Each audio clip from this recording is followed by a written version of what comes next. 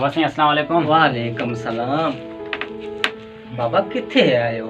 हिकिड़ो ॾींहुं मोकल मिले थी, कुछ वक्त असां खे पिॾींदो कर। बाबा वो साहिब खान आयो हुअसि। बाबा हू चाचे वारा भी आया हुआ, चवनि पिया असां तां न्याणी जो ॿार लायो। 2 साल थी विया आहिनि चवंदे। पर बाबा घर बि त ठहिराया न। बाबा 4 ॿार मरण खां पोइ असां त आसरो ई लाहे छॾियो, पर ख़ुदा वरी बि रहम कयो जे तूं थिए। 7 सालनि खां पोइ पिरे बि थी, कहिड़ा लख ॿार आयो। न्याणी त परायो धण आहे, बाक़ी रहे तूं अकेलो, सो पियो रज हिन घर में। असांजी हयाती बि अलाए केतिरी आहे। जे मालिक महर करे त नओं घर ठाराए वठिजे। बस पुट, हाणे को बि बहानो कोन हलंदो। असां शादी जो बि तय करे छॾियो आहे। इन ई महीने में शादी थींदी।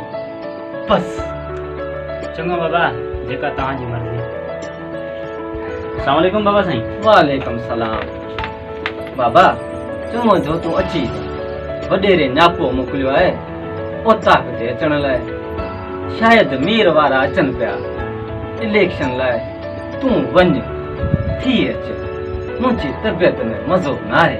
पर वाह पंहिंजो छा वञे इलेक्शन में? बाबा मूंखे सभु ख़बर आहे। ॻोठ जी ॻाल्हि आहे, वॾेरे ख़ासि माण्हू मोकिलियो आहे ऐं चवे पियो साईं शाह साहब वारा ब सपोर्ट करण लाइ चवनि पिया। हिकु सॼी सिंध में इही दरगाह हुई जेका अञा ताईं गैर सियासी रहंदी पई। हाणे इहा बि सियासत में काहे पई आहे। बाबा किथे ईअं न थिए जो सूफ़ी अज़म त माण्हुनि जो अरवाह ई खणी वञे। न बाबा, शाह साईं पाण सियासत खां घणो ई परे आहिनि, पर संदन भाइटे खे सियासत जो शौक़ु जागी पियो आहे। जेसी ताईं मूंखे ख़बर आहे उन मुताबिक़। ऐं ॿुध, उबतो सुबतो न ॻाल्हाइजे। इन्हनि खे हर इलेक्शन में आऊं ज़लील कंदो रहियो आहियां। नतीजो तुंहिंजे साम्हूं आहे पुट। ठीकु आहे बाबा, पोइ आउं थी थो अचां कल तां। ठीकु आहे पुट, ठीकु। अस्सलाम वालेकुम बाबा। बाबा तव्हां सभिनी खे हिते अचण ते ॾाढी तकलीफ़ ॾिनीसीं, पर तव्हांजा लख थोरा जो मूंखे मान ॾेई हिते महल सां पहुता। साईं मीर इजाज़ खे सपोर्ट करण लाइ पाण वारे शाह साईं जिन बि मूंखे फ़ोन कयो, साईं कामिल शाह जिन बि मूंखे फ़ोन कयो त ॻोठ वारनि खे चइजो हिननि खे वोट ॾेई कामयाबु करियो। ऐं सभिनी लाइ दुआ बि कई अथनि। ख़ासि तौर ते ॻोठ वारनि लाइ दुआऊं सलाम चया अथनि। वालेकुम सलाम। असां पाण शाह साईं जिन जे पेरनि ते हथ। शाह पंहिंजे साईं सभिनी खे घर वेठे रंगे छॾियो, ॿियो असांखे छा खपे? हा बाबा न, हा बाबा ॿियो न त साईं जिन जी ख़ासि पाण ते महिरबानी आहे, न त अॼुकल्ह जा मुर्शद मुरीदनि खे लेखी न कोन। बाबा बिल्कुलु सही ॻाल्हि। मीर साईं तव्हां कुझु ॻाल्हायो। बाबा सभिनी खां पहिरीं तव्हां सभिनी जी वॾी महिरबानी जो तव्हां असांजो मान रखंदे हिते हली आया आहियो ऐं इन जी साथ ॾियण तमामु थोराइता आहियूं तव्हांजा। मूंखे कुझु असेंबली मेंबर दोस्त मुंहिंजा चवंदा आहिनि त तक कुझु तव्हांजे तक अहिड़ो। ऐं सिंध में शायदि हीअ वाहिद तक आहे जंहिंजा बाशऊर माण्हू असां ते एॾो एतमाद कनि था। बाबा साईं गुज़िरियल 30 सालनि खां हिन तक तां इलेक्शन खटींदा रहिया आहिनि। बाबा तव्हांखे ख़बर हूंदी। ऐं मूंखे बि अची 20 साल खनि थिया आहिनि, पर कॾहिं बि तव्हां असांखे मायूस न कयो आहे। असां खां कुझु कुताहियूं थियूं आहिनि की ग़लतियूं थियूं आहिनि, पर तव्हां हमेशह उन्हनि खे दरगुज़र करे असांजो साथ ॾिनो आहे बाबा। ऐं मूंखे साईं कामिल शाह साईं बि चयो हो तव्हांजी तमामु घणी वाखाण पे कई। मूं साईं जन खे अर्ज़ु रखियो बाबा तव्हां बसि असां गॾिजी हलो, पर साईं जन कुझु ज़ाती मसइलनि जे करे न अची सघिया। ऐं साईं जन फरमायो बाबा तव्हां जेको आहे मुंहिंजो नालो वञी रुगो तव्हां वटि न तव्हांखे वोट मिली वेंदा हुया। ऐं सच पुछो तव्हांजे इन वॾे माण्हू खे मुंहिंजो सलाम आहे बाबा। बाबा जेकॾहिं को ॻाल्हि पुछणी हुजे या को सुवाल हुजे तव्हां पुछी सघो था। साईं कुझु सुवाल आहिनि जेकॾहिं तव्हां नाराज़ न थियो त पुछां? जी बाबा बिल्कुलु सुठी लॻे था। साईं मेरे इजाज़ साहब हूअं त हज़ारे मसइला आहिनि हिन वक़्तु सिंध में, पर कुझु ॿिड़ंदड़ मसइलनि ते ॻाल्हाईंदुसि। जी बाबा। साईं गुज़िरियल कुझु सालनि खां सिंध में पाणी जी खोट इंतिहा ते पहुतल आहे। ज़रात त छॾियो, पर जानवरनि ऐं इंसाननि जे पीअण लाइ पाणी अण न थींदो पियो वञे। मथां वरी झर जो पाणी खारो थी चुको आहे। जेको थोरो घणो पाणी अचे थो उहो वॾा ज़मीनदार पंहिंजो रोब दबदबो ऐं पैसो इस्तेमालु कंदे खणी था वञनि।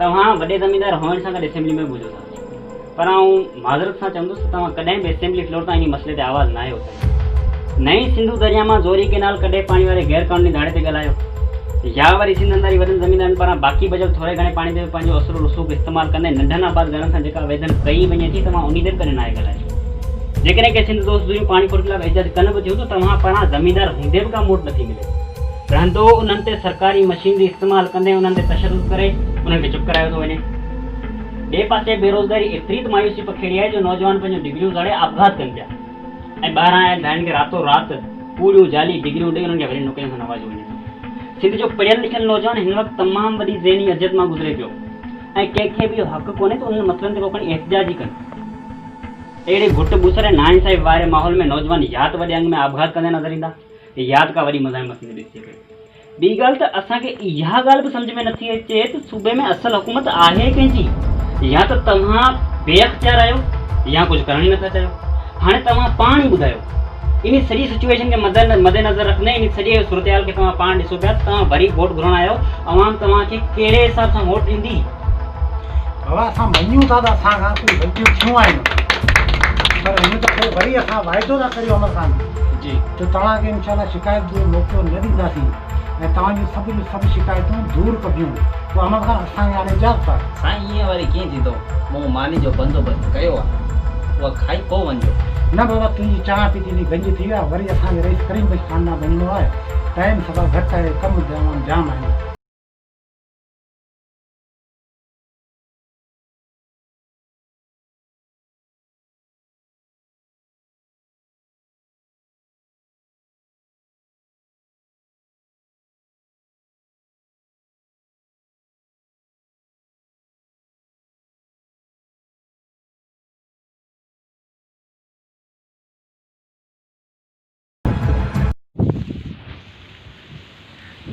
अस्सलाम वालेकुम यार साहब का क्या हाल है ना यार तो सही है तैयार है जो दब खैर तो सही है अल्हम्दुलिल्लाह मां ॿुधायो अल्लाह जा एहसान करम जो सही है यार साहिब खान मूं ॿुधो आहे तुम्हारे यार कामरेड खे पुलिस गिरफ़्तार करे खणी वई आहे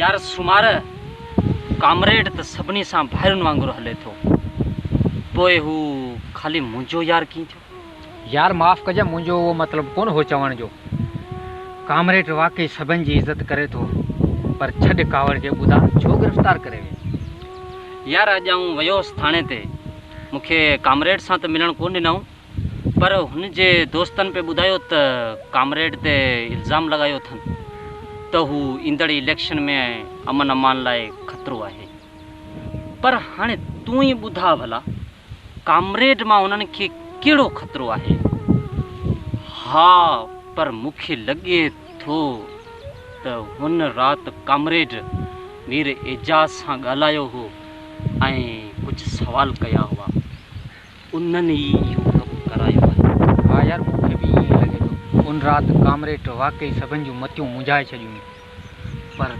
सभु कावड़ मां ॻाढ़ा लाल थी विया पर कुझु ई कोन सघिया ऐं उन ॾींहं खां बि पंहिंजे वॾेरे जो बूथ ख़राबु लॻो पियो थिए हा यार पढ़े लिखे माण्हू हुजण जो इहो ई फ़ाइदो आहे पर पाण वटि जेकॾहिं को ग़रीब कामरेड वांगुरु पढ़ी थो पवे त आज़ार में अची थो वञे सही आहे पर तूं ॾे ख़बर ख़ैर मां आहे हा यार मुंहिंजो कामरेड जी गिरफ़्तारी जा हाल अहवाल वठां तोखां इन करे आयुसि महिरबानी भाउ महिरबानी अल्लाह ख़ुशि रखे महिरबानी भाउ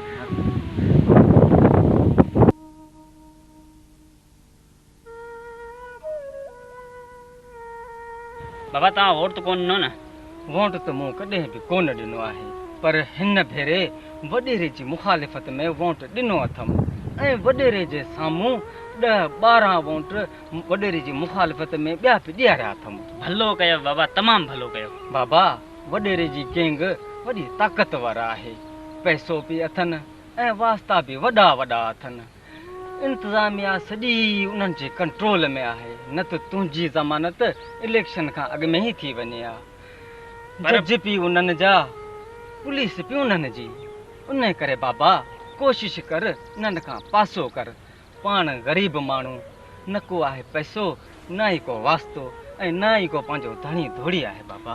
पर बाबा उन रात तूं मूं का ग़लत ॻाल्हि त कोन कई हुई या का बदतमीज़ त कोन कई हुई, हिननि मूंखे साज़िश करे गिरफ़्तार करायो। बाबा कूड़े माण्हू खे सच ज़हर थी थो लॻे। को बि ग़रीब माण्हू इन्हनि जे अॻियां कंध खणी ॻाल्हाए ऐं सच चवे त हू इन खे पंहिंजी बेइज़ती था सम्झनि। हा बाबा सच था चओ, अचो त घर हलो। हलो बाबा हलो।